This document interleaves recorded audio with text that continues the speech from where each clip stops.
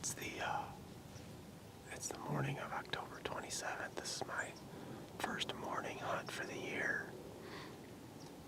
And it took me a little while to get the camera set up because as I was putting the camera arm around the tree, two does came in on the trail that I walked in following my ground scent, and I couldn't move. I couldn't even flinch. They walked right underneath the stand about 10 to 15 yards. They actually got downwind of me, but I think they were so close to me when they were downwind that my scent was still over top of them. One of them, I think, might have caught my scent just a little bit because I could tell she got just a little nervous. She had her nose up in the air for a second, but they didn't spook, luckily, and they just kept on moving in the direction that they were going. But this is one of those stands that there's really no good wind direction for it because the deer can literally come from almost any direction. I'm completely surrounded by CRP on all four sides. As soon as I get done with this interview, I'm going to pan around so you can see.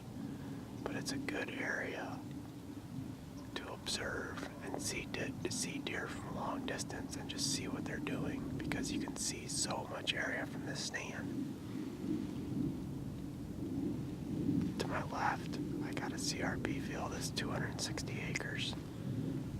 And to my right, I've got another CRP field that's probably 70 or 80. And then there's another one behind me to the east, northeast, that's probably another 150 to 200 acres.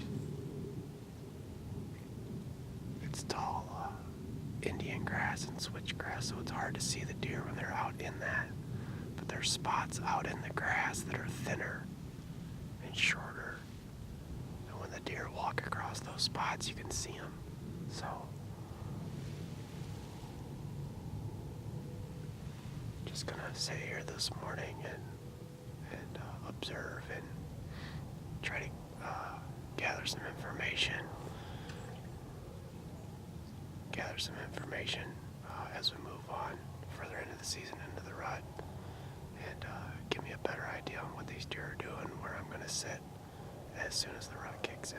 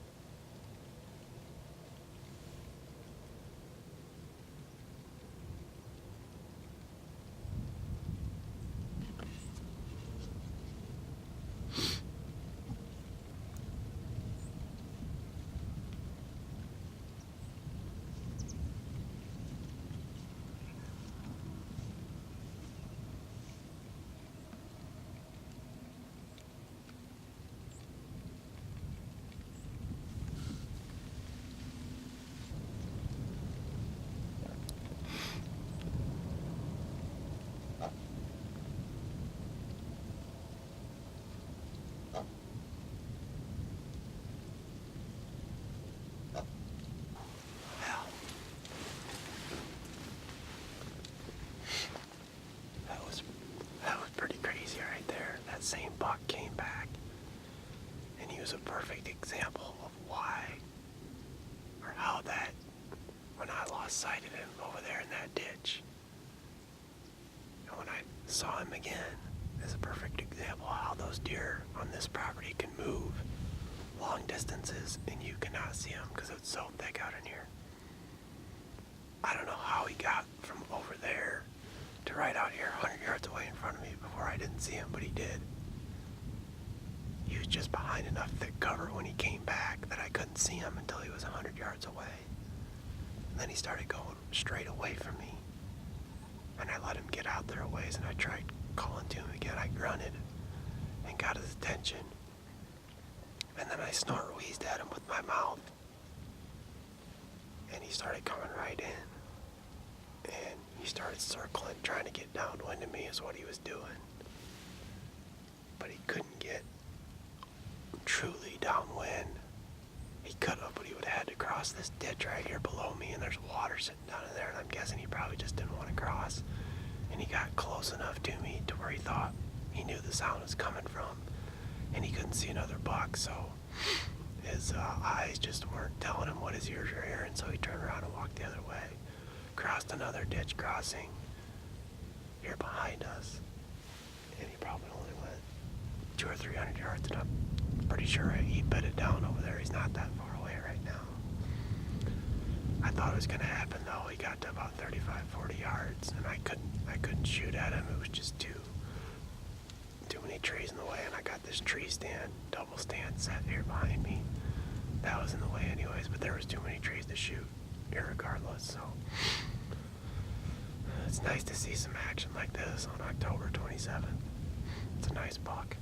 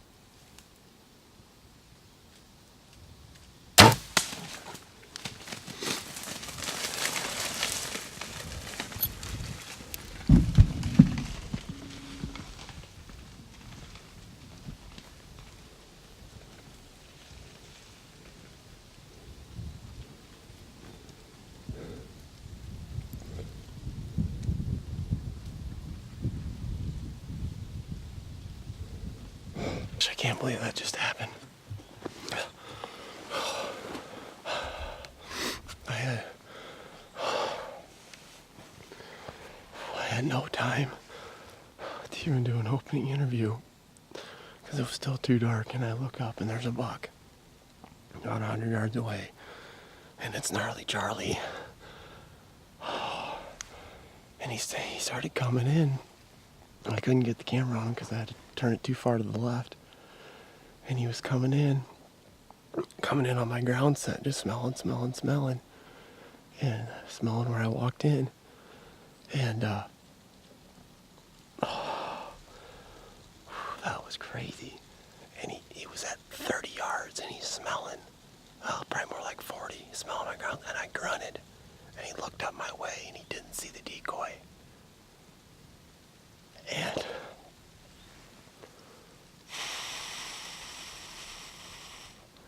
he didn't see the decoy. And then he walked like 10 yards, and he saw it. And he started coming. And he got past this tree where I could film him. And I got it on him, and he started coming in. And I drew back when he was like 30 yards head on. And I thought I was going to lose it. I thought it wasn't going to work. Because he was head on it, 20 yards right next to the decoy. And then he turned to the right, he spooked a little bit. Kind of hopped back 10 yards, didn't know what was going on. And I just settled the pin right on him, and I just smoked him. Oh my gosh. That was crazy. Oh my gosh. Unbelievable. That's at least a 4 or 5 year old deer. Oh my gosh. Wow. I'm pretty sure I whacked him. The arrow looked like it was sticking out a little bit. I don't know if my Luminoc went off or not.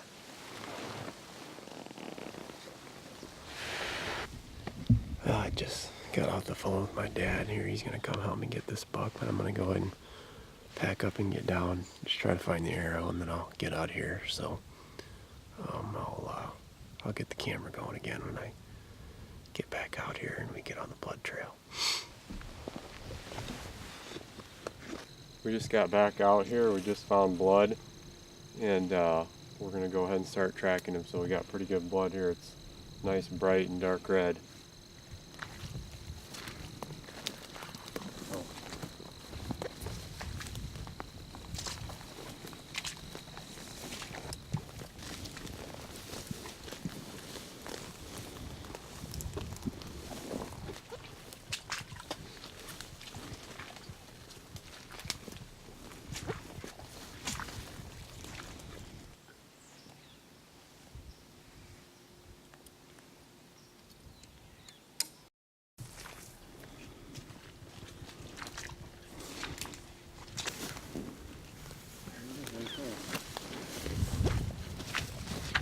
He didn't go as far as I thought.